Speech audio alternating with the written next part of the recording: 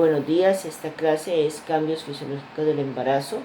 Esperamos que sea para todos los estudiantes de mejor contenido para que puedan desarrollarla, escucharla y verla según las diapositivas que ya tenemos en nuestro poder. Entonces, en la primera diapositiva vamos a hablar de los cambios que tiene ahora la mamita, o sea, la gestante, en relación a sus cambios corporales. Y el primero y más evidente, sin duda, es que el útero, que siendo un órgano igual de grande a esto, luego de iniciarse la fecundación, empieza a tener un crecimiento exponencial, como lo vemos en esta diapositiva arriba, cómo va cambiando su tamaño y de ser un órgano muy compacto como nuestra mano, empieza a extenderse y crecer. Por lo tanto, más o menos, una mujer embarazada que pesa 70 gramos, al final del embarazo pesa 1 kilo. O sea que es algo que almacena 5 litros, incluido bebé. Y si sabemos que 5 litros es igual a 5 kilos, 3 kilos del bebé más 2 litros de líquido, vemos que irremediablemente tenemos una amplia capacidad. Y al final, como veíamos en el video de gestación, teníamos unas contracciones que vienen del polo inferior y van haciendo que el útero trate de sacar, o sea, de expulsar al bebé en el momento del parto, y se conoce como trabajo de parto efectivo. El cuello uterino irremediablemente tiene unas glándulas, tiene una dureza, ¿correcto? Es uno de los órganos más duros porque es solamente un componente muscular, pero al momento del nacimiento él se va a ablandar y va a producir una corrosión cianógena, o sea, como colocarse morado, para que permita que se ablande y pueda por ahí salir posteriormente un bebé. Si ustedes ven la imagen abajo de ese circulito rosadito con ese punto, créanme que el mouse, o sea, lo que se ve en la pantalla, es mucho más grande que lo que es un cuello uterino realmente normal. Y es de una dureza como tocar la parte de su falange, donde está la uña, la parte donde se divide el dedo pulgar, igual o más duro. Es uno de los órganos de tejido netamente muscular. Entonces, para él mantenerse con ese moco espeso, para evitar que haya un aborto espontáneo o demás, él se mantiene con esa dureza.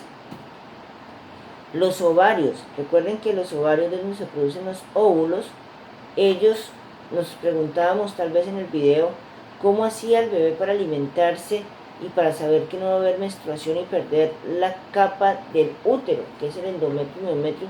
Pues bien, los ovarios empiezan a crear un pedículo. Pedículo es como un alargamiento, un ensanchamiento para mantener unos flujos de hormonas como la beta-HCG y la progesterona, para que ella la manda por la sangre avisándole al útero que debe ablandarse y que debe recibir a ese embrión en formación para que él haga la penetración, las vellosidades coriónicas se fijen a ese miometrio, y es el ovario el que prepara el útero, aunque están distantes, y el óvulo sigue circulante, correcto, porque veíamos que él iba por las trompas de falopio y caía al útero, y es ahí cuando perfora, pues el ovario es el que permite que por medio de la sangre manden unas hormonas como la progesterona o la beta-HCG, que es hormona coriónico que permite que sepamos que estamos embarazadas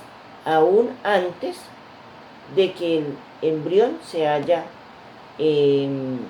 llegado al útero. Por eso, cuando veamos ahorita las alteraciones de las complicaciones, vamos a tener algo que se puede llamar un embarazo ectópico, porque puede ser que nuestro óvulo que ha sido fecundado gire y gire y gire, y en vez de caer al útero se vaya a la cavidad abdominal, y pues desafortunadamente no es un embarazo viable. Tenemos que las trompas de falopio, ¿se acuerdan que veíamos esta diapositiva muy bonita? Pues cuando ella le dice que hay fecundación, que se comunicó con el ovario y empieza a haber una segregación de hormonas, preparando aquí el endometrio y el miometrio, ¿correcto? Él empieza a girar y a circular por las trompas, vemos que presenta una hipertrofia, veíamos esas vellosidades, pues esas vellosidades se tienen que aplanar para que permita rápidamente la circulación de ese cigoto, de ese nuevo ser vivo, y pueda llegar hasta el útero. Entonces ella se ensancha, ¿sí?, para que él tenga la capacidad de, cuando se convierta en mórula y vaya a llegar al endometrio, tenga una caída efectiva y no se quede estacionado aquí, porque él podría ser una implantación, también podría ser un embarazo ectópico, lo que llamamos un embarazo tubárico, y no es compatible con la vida. ¿Por qué? Porque vemos acá que es muy finita la trompa de Falopio, y por lo tanto, si yo me implanto aquí y empiezo a perforar, las arterias que voy a conseguir en esta área muscular es muy poquita en comparación con toda esta cavidad uterina que tiene mucho componente muscular. ¿Va quedando claro lo que vamos hablando hasta el momento? Levantemos la manita. Muy bien, lo están escuchando. Entonces, irremediablemente, tenemos que también la vagina, el perineo, todo lo que son los cambios del moco cervical, la composición de la orina y demás, hace que la vagina cambie su humedad porque debe ser más protectora. Al aumentar la protección que debe garantizarle al útero, entonces hay una hiperemia de los músculos, hay una coloración más rojiza, hay un ensanchamiento de los músculos del perineo y de la vulva, y por eso la vagina en la mujer embarazada se ve como edematizada, o sea, un poco más aumentada en su tamaño. Además, hay una mayor vascularización, por eso no solamente se coloca una coloración más oscura, sino que como está llegando mucho más flujo vaginal, porque las paredes vaginales deben tener una contracción efectiva para evitar que haya un aborto, junto con el cuello uterino, pues son los protectores. Y pues en ocasiones esto hace que al aumentar su grosor sea de mayor riesgo las secreciones blanquecinas, que tienen un pH de 3,5 a 6 por los lactobacilos, y en ocasiones algunas bacterias y algunos virus o algunos hongos pueden verse afectando la salud femenina. ¿Cómo así? Hagan de cuenta que usted quiere proteger algo que está arriba en el cuello uterino. Entonces ella empieza a producir una secreción para que, si hay contaminantes cercanos, no entren en contacto con el cuello uterino y producen un flujo. Si es un flujo blanquecino como el que vemos acá en la imagen, no hay ningún problema. Haremos exámenes y saldrán que son lactobacilos. Pero si ese flujo es colonizado por bacterias, por ejemplo la Gardnerella o el hongo la Cándida, va a empezar a tener un mal olor, va a tener unos cambios, que va a empezar a tener un prurito, que es piquiña, o puede llegar a tener fiebre o malestar, y eso hay que tenerlo en cuenta.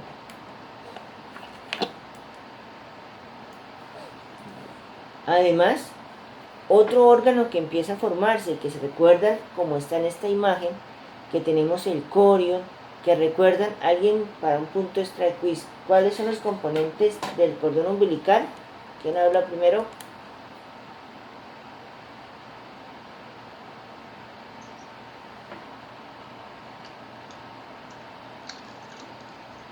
¿Quién habló? No me escucho. Hola, ¿nombre? Leslie Ortiz. Listo, te escucho, Leslie Ortiz.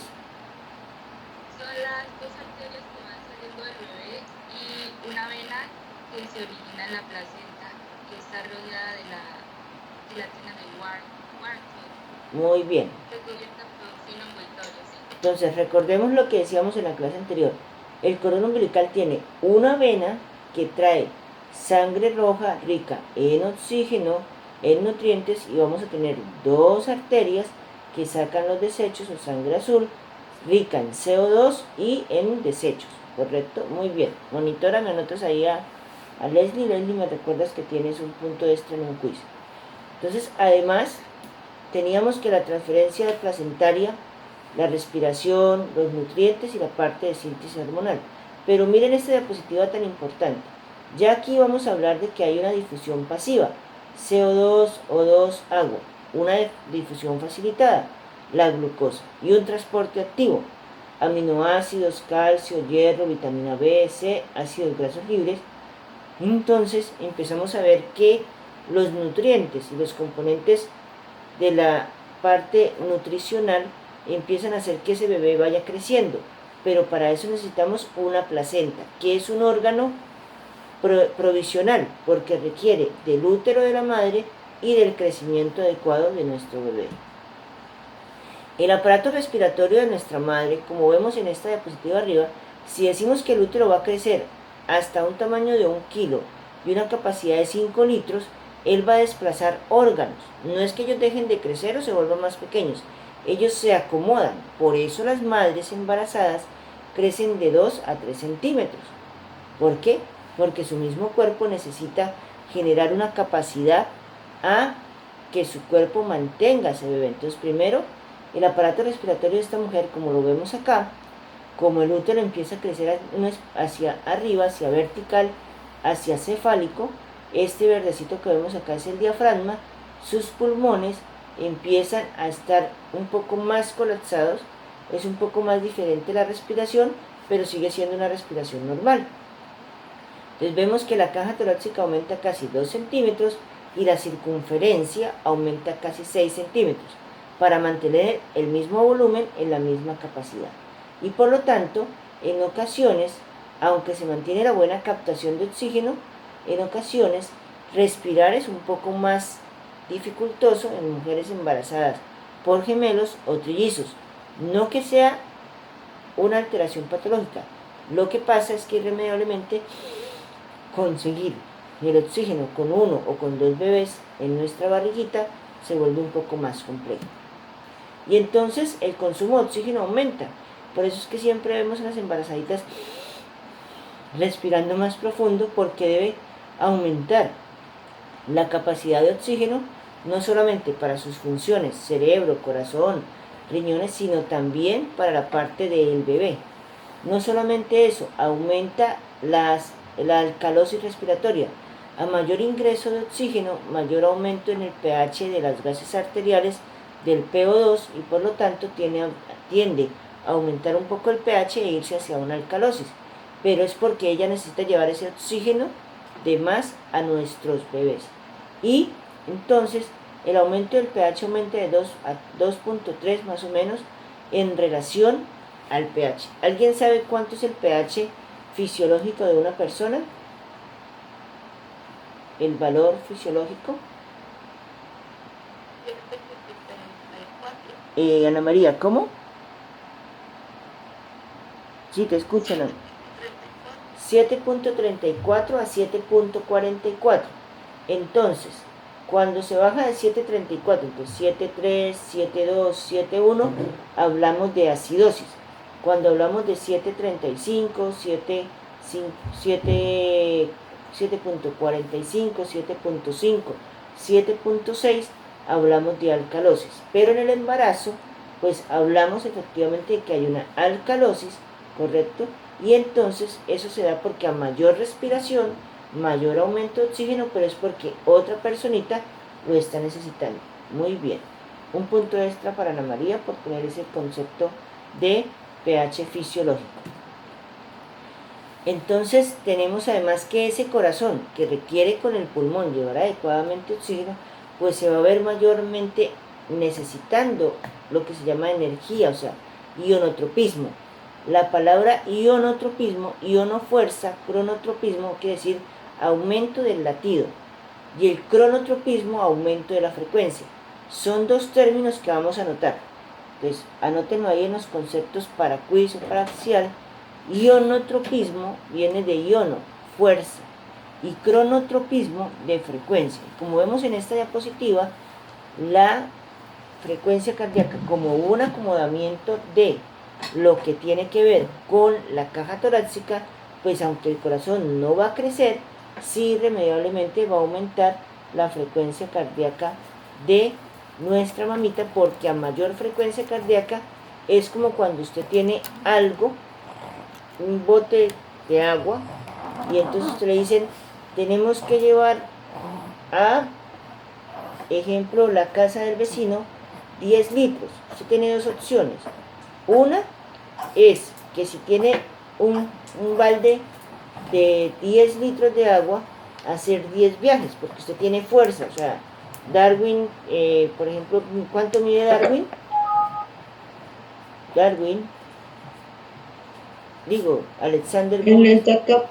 Ok, Alexander, ¿cuánto mide usted? 1,8. 1,80. Entonces, nos dan el balde, ¿correcto? Un balde. Entonces, un balde le caben 10 litros, si no estoy mal. O sea que 10 litros es igual a 10 kilos. Entonces usted le dice, mire, va a llevar, necesitamos 10 litros de agua en el apartamento de al lado. Entonces usted tiene tres opciones. Yo mido 1,57. Yo no sería capaz de llevar 10 litros de una vez. No sería capaz. Entonces, en cambio, Alexander dice, yo soy capaz hasta con 2 baldes, o sea, 20 litros. Entonces, para que me entiendan, el ionotropismo es la fuerza. Entonces, Alexander tiene más ionotropismo que el doctor Carlos. Pero yo soy mucho más rápido. Entonces, yo tengo cronotropismo. Entonces, nos dieron 1 hora para llevarlo. Entonces, Alexander, como lleva 20 litros, él hace solamente 5 viajes, pero en cada viaje se demora 10 minutos. Entonces, 10 minutos por 5 viajes son 50 minutos. Mientras que el profesor, como yo solamente voy a llevar de a 1 litro, pues voy rápidamente y lo hago cada litro, lo hago en 5 minutos, pues hice 20 viajes, pero exactamente hicimos el mismo tiempo en relación a llevar la misma cantidad de agua o de sangre. Entonces, ionotropismo es la fuerza del corazón y el cronotropismo es la frecuencia. Entonces ellos, como vemos en la diapositiva, la frecuencia aumenta casi 10 latidos por minuto, pero también aumenta su fuerza. Y al aumentar la fuerza, se considera que hay un soplo sistólico funcional, o sea, como un de mayor necesidad para que esta materna tenga una adecuada, no solamente flujo sanguíneo para su cerebro, para sus riñones, sino también para ese ser que se está formando, porque ya le estamos llevando oxígeno con una respiración adecuada, pero tiene que haber un intercambio gaseoso a nivel de los alvéolos. ¿Qué intercambiamos? ¿Qué intercambiamos a nivel de los pulmones? ¿Quién me quiere decir?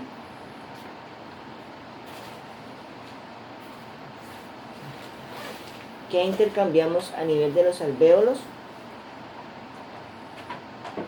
Angie Geraldine Pachón, ¿estás por ahí?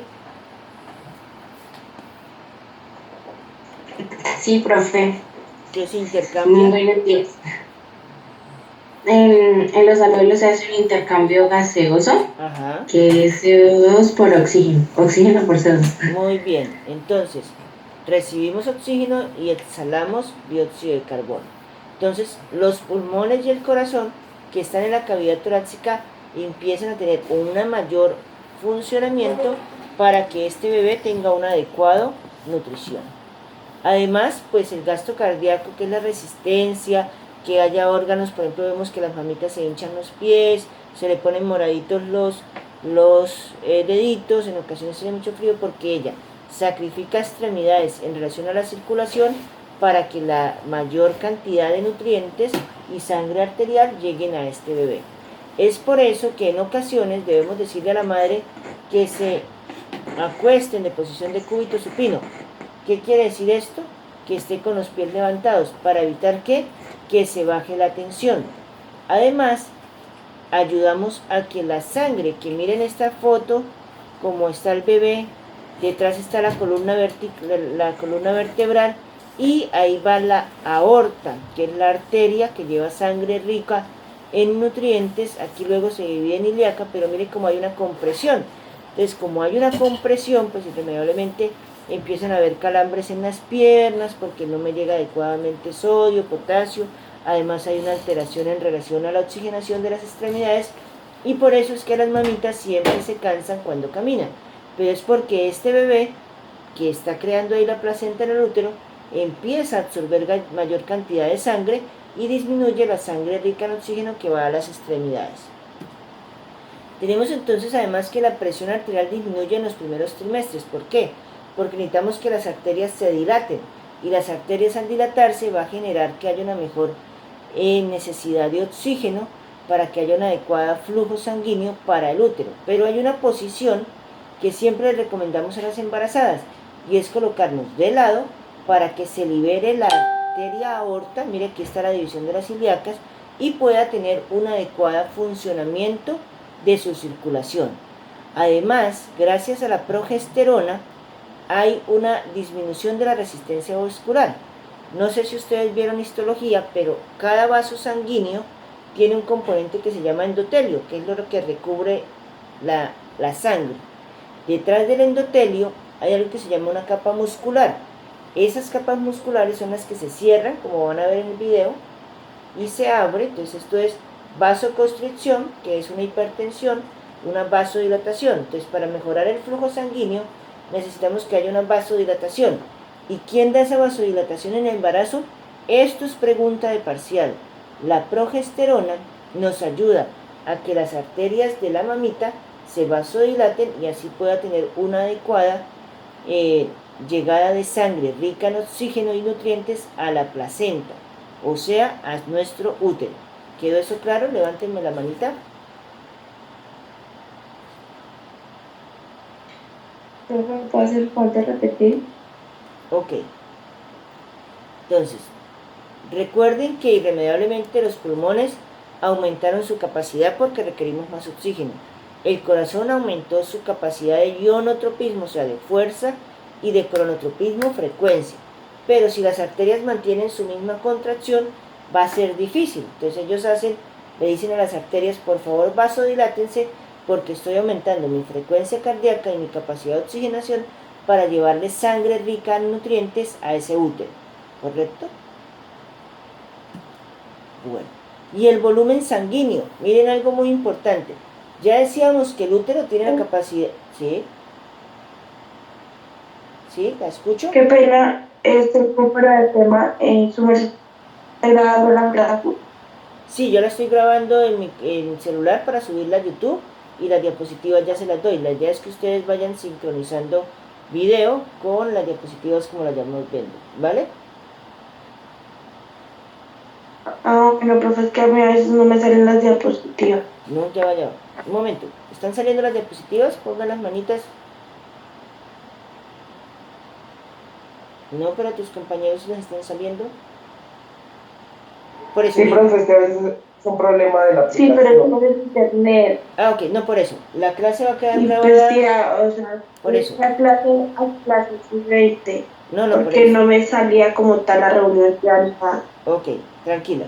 Por eso, o sea, yo estoy grabando la clase para YouTube, tengo 48 minutos para hacer la clase y va a quedar, o sea, yo la subo y pues mando el enlace para que lo que tú escuchas en la clase lo vas mirando con las diapositivas, ¿vale?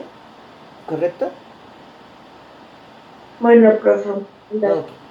Entonces, el volumen sanguíneo también aumenta, porque si necesitamos crear un bebé que va al final del embarazo va a pesar 3 kilos, pues irremediablemente aumenta el volumen sanguíneo, aumentan las proteínas, aumentan la hemoglobina, y es por eso que, ojo en algo muy importante, cuando veamos en las alteraciones del embarazo, la anemia es algo que nos preocupa a todos los médicos, a todos los nutricionistas, a todas las enfermeras.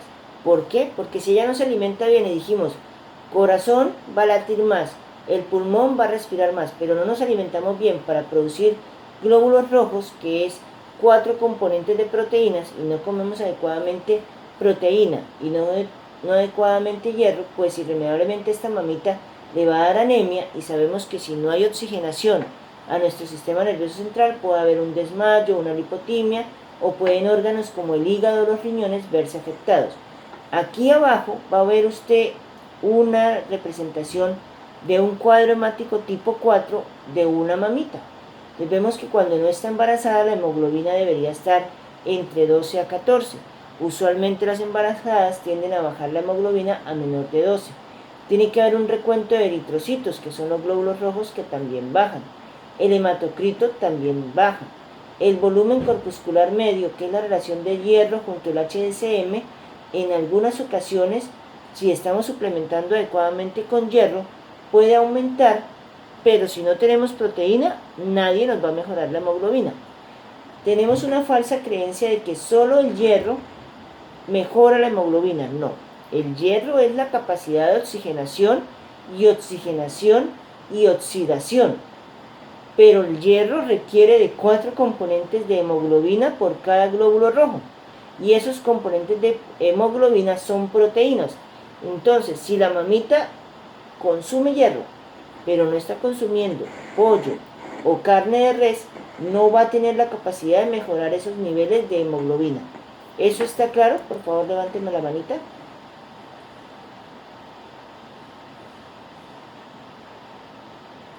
Hoy están muy juiciosos participando con las manitas, eso me alegra mucho. Entonces, tenemos además que las plaquetas deben aumentar y eso. Entonces, lo que no queremos es que como aumenta la concentración de la hemoglobina y el hematocrito, porque la sangre se vuelve un poquito más espesa, porque irremediablemente hay un intercambio de nutrientes a nivel de la placenta y requerimos más transportadores de nutrientes, entonces necesitamos producir más glóbulos rojos. Lo que debemos evitar es que este valor que dice aquí, HB, que es hemoglobina, sea menor o igual a 11 gramos por decilitro. Y pues irremediablemente no solamente hablamos del componente de hemoglobina, sino del hierro. Y necesitamos casi 1000 miligramos en total en todo el embarazo.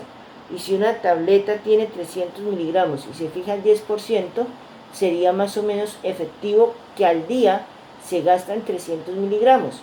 Irremediablemente otros 200 se pierden por vía de excreción y 500 se utiliza para incrementar el volumen de eritrocitos circulantes. ¿Cómo así?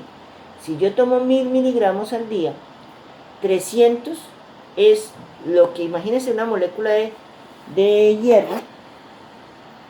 Esto es un glóbulo rojo, correcto. Y aunque este tiene 3, pero una hemoglobina debería tener 4. La hemoglobina lleva aquí pegado el hierro. Cuando él pasa por el pulmón, se oxida, se quema el hierro, se fija el oxígeno al hierro y se libera CO2.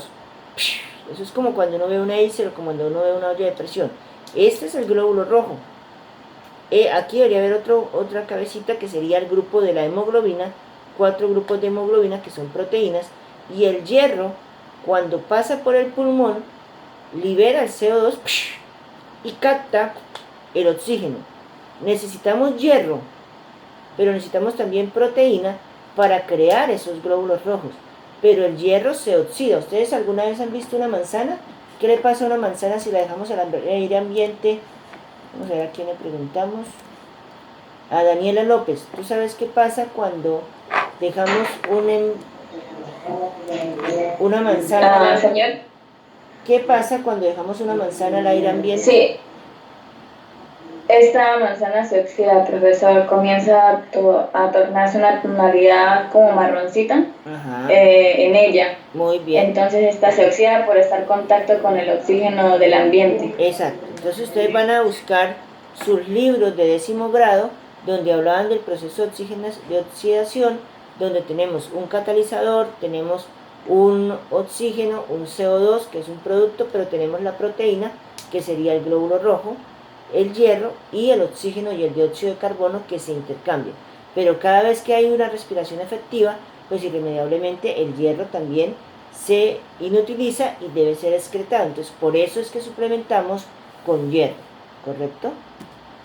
Tenemos además que la función del organismo, y esta diapositiva es muy importante, lo digo porque es lo que me define a mí el saber que es un ser vivo único e irrepetible, que solamente necesita de los cuidados maternos de la alimentación, pero que en él no hay nada que lo una literalmente a la madre, ¿correcto? Porque a veces creemos en conceptos que lo dicen de manera cada persona propia por su convencimiento, pero cuando usted escucha esta diapositiva, tiene el concepto científico. Usted decide cuál de las dos opciones decide creyendo.